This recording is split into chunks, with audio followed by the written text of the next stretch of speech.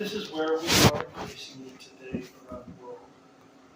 Now, I would say that there are those who disagree, who believe that we're on the cusp of another great awakening. But I don't see that being something that I can count on when I look at Scripture. When Jesus said in Matthew 24:10 that time, he said, many will turn away from the faith and will betray and hate each other, and many false prophets will appear and deceive many people. Because, he said, because of, this is the cause of turning away from betrayal. The increase of wickedness. Increase, the word plethono in Greek means to abound, to multiply. It's just a kind of like suddenly there will be this surge of wickedness. Literally, the word wickedness is anomia. In the Greek, it means lawlessness, or we might put it more simply, it means that people will be ignorant of, will be contemptuous of, and will willfully violate God's moral law. And at the same time, he says, the love of many will grow cold. The word love there is the word agape. We often talk about agape love. Many of us wonder, is it talking about the love that Christians should have for one another and for God and for the world?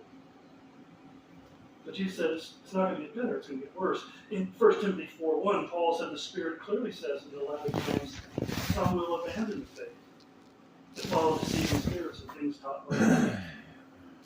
In 2 Timothy 3, he says, in the last days, people will be lovers of themselves, lovers of money, lovers of pleasure, rather than lovers of God. Having a form of godliness that denies power. You know, one of the things that Jesus said would choke off the seed from being fruitful. He said, they'll become caught up in the pursuit of pleasure, rather than the pursuit of God. And lastly, to the Thessalonians, Paul wrote, Chapter 2, verse 3, he says, let no man deceive you by any means. That day will not come until the falling away, the departure from the faith, literally the word apostasia in the original, the abandonment of belief occurs.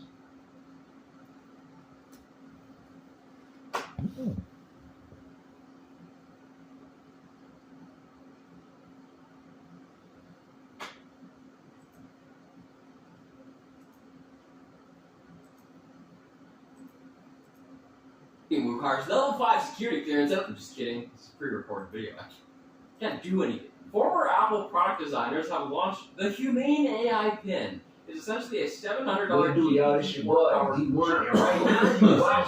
and a laser projector. But it may not be as simple as it looks. Humane's founders are former Apple exec Bethany Bongiorno, something, and designer Imran Chaudhry, who, going by his website, apparently did nothing for 20 years but filed patents. That may explain why he looks like he does a nap all the time. Humane says the pin doesn't run apps. It simply accomplishes whatever you tell it to using AI. But its camera and mics are not always recording. You have to tap it, and you'll hear audio come out of its supersonic speaker, creating an intimate bubble of sound. Unlike other speakers, they don't have bubbles at all. When you do want the camera to record, the AI pin's trust light will turn on, which is ironic, given you should never trust someone wearing that many bracelets. You can hold up your hand to access some controls via laser, but you can also hold up nuts like these and ask the dongle, how much protein is this? How much protein is in these nuts? It's unclear if this feature will work on anything the camera can see.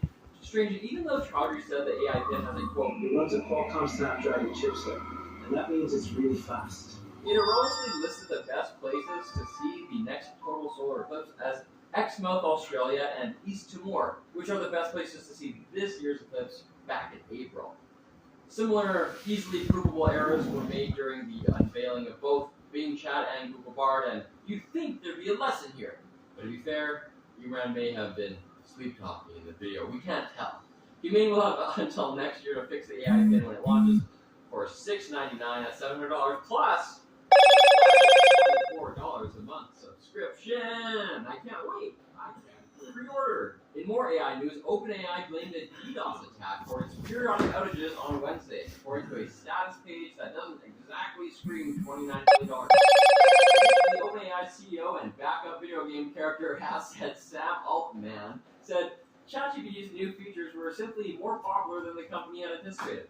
Turns out that popularity was actually Malice, as misleadingly named hacktivist group Anonymous Sudan, claimed responsibility for the attack. The next day, OpenAI became unpopular with best friend and possibly lover Microsoft when the company blocked its employees from using ChatGPT. You'd think it was a response to the attack, but Microsoft claims the block was an error. Or maybe they don't feel the same connection.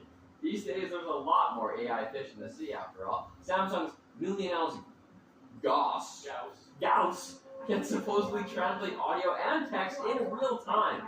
It's pretty loud. And Amazon says its Olympus AI's parameters are double the size of GPT-4's. We understand grabbing second thoughts, Microsoft. You're a $1 trillion company. At some point, you'll leave your current AI wife for your Amazon's massive assets. The company is now offering low-cost primary It's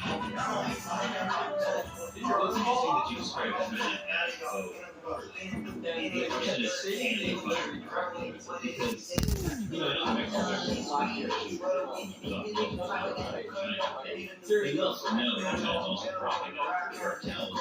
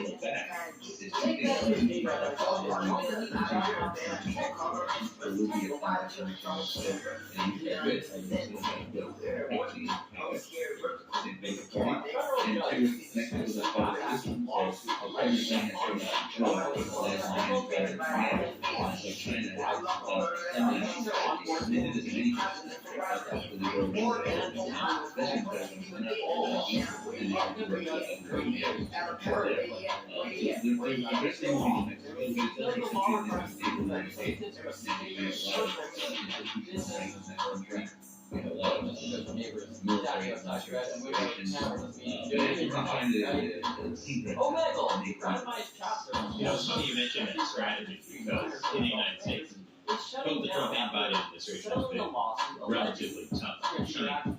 You see China doing the same strategy, going after local forces like governors, like former governor Gavin Newsom, who stuff to meet Xi Jinping and Biden has. Viral YouTube videos, and No, I think the site subnational was strategy originally envisioned as a way to use the wide open nature of the internet to connect with obviously includes the users United States. to new and varied And ideas it's and interesting to me. something it You know, there's a story Arguably reporting too that came out recently. the ongoing Epic trial has revealed States and many other governors to convince them to launch their games have been on the Play Store. enacting Activision Blizzard was giving $360 million But it's for all their interesting games in because a lot of that 2020, was and America. Epic They turned actually down purchased land $147 million for from Fortnite, based on opting instead service to launch the Android from the version country. They did to that its in own Ecuador, website they back did in that in 2018. Argentina, 20 other Venezuela, developers were offered similar they did deals that in in 2019 as part of Google's in Project Hub. Peru, Bolivia, Google even and cut I special think deals what with the Netflix and idea there Spotify. was I'll land make that my they hub, can you know? have There's fear wired and fear. and then invite a organized crime. Qualcomm and its partner Iridium In announced the case an of end to President Snapdragon Argentina, satellite. one of Satellite the northern states where China has most of its influences in Peru is also originally announced in January, with the promise of major being cross Apple's border emergency traffic SOS by and satellite it's going much better. exponentially. It's correlation, but it's going exponentially since China's taken over, or since China's done concessions to that territory. You know,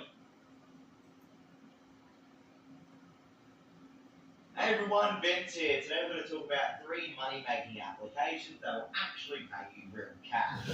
First on the list we have GoOpinion, surveys and gift cards. So this is what GoOpinion looks like when you first launch it up. It runs on a coin-based currency system. You'll notice that I have 2,560 right now. Now the way you're actually able to generate these coins is by completing paid surveys, at least here in Australia. What you'll notice is that each of these surveys is going to give me various amounts of these coins, usually in the thousands, everyone, for my time to complete them. Whenever I see surveys that will only pay like 230 coins, I generally skip them. The thing about GoOpinion that I really do appreciate is that they have discounts on their cash outs, which I'll show you right now. Plus, we'll break down the currency system. Simply type in the redeem button at the bottom of the screen will allow you to see the various cash out options that GoOpinion has. You notice here we have a discounted Amazon cash out and a discounted PayPal cash out, plus various amounts of cryptocurrency if you're interested in that. So if we look at the PayPal side, thanks to it being discounted, we need 17,850 coins or $25 worth of cash, 35,000 coins or so for $50 worth of cash. And here you can see the Amazon prices. Again, pretty much the exact same concept, everyone. Amazon's a little bit cheaper than PayPal. Cryptocurrency is where the prices change quite a bit. I'm not going to break down all of the cryptocurrency options on GoOpinion. That's something that you guys can do in your own time if you're interested in that, because I know a lot of people out there aren't really doing crypto at the moment. But to give you a quick rundown, $15 converts into 17,000 coins. Today we're going to be focusing on the PayPal cash out of $25. Something to keep in mind, everyone, because of these discounts, in theory, the amount of time it should take you to achieve that goal is reduced by about 30% as well. Obviously, because you have to complete less surveys now to earn to achieve the Amazon PayPal cash out. A negative I do have to say about GoOpinion is because it's survey-based, there are disqualifications. Anyone out there that's ever completed surveys knows exactly what I'm talking about. But you can also refer your friends, and when you do, you get a 15% commission on your friend's earnings, plus your friend actually earns 250 coins for free as a starting bonus. If you want to give GoOpinion a try, you can find it in my description. For today's video, I cashed out $25 worth of PayPal currency, and looking at the past payouts tab, you can see here they've actually sent the PayPal to my account. Just remember though, if you get your email wrong, they will not refund you. So, did GoOpinion actually pay me my PayPal? Well everyone, I was paid legitimately instantly straight to my PayPal account from GoOpinion. This company is the same company that owns PolPay, another survey application you guys probably heard of. So I thought I'd let you all know. Next up, we have YSense. So this is what YSense looks like when you launch it up. Bottom of the screen, you either have the Survey tab or the Discover tab. Straight away, YSense is going to throw surveys at you. And these surveys, depending on your age, country, and of course location, are going to pay you in various amounts of straight up USD currency, which is absolutely fantastic. Right now, everyone, you can see I have 2 5-minute surveys, and look at the amount of money they're willing to give out for completing them. This is why, in my opinion, YSense is probably one of the best survey providers on the market right now, just because of the sheer amount of surveys available and the prices they're actually willing to pay you. But this list just keeps on going, dude. It is ridiculous. And these surveys all stay 6 to 10 minutes in length. Remember though, surveys are very unpredictable with disqualifications. You can enter in all the right answers in your own head, but then once you try and complete the survey, you get disqualified. It's very frustrating. But the reason for this is because survey providers are looking for very specific people